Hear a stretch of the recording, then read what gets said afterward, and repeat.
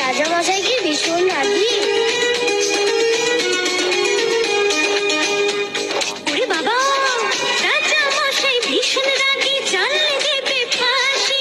কেউ দেখেনি রাজার মুখে কোনোদিনই হাসি। রাম গরুরের ছানা নাকি?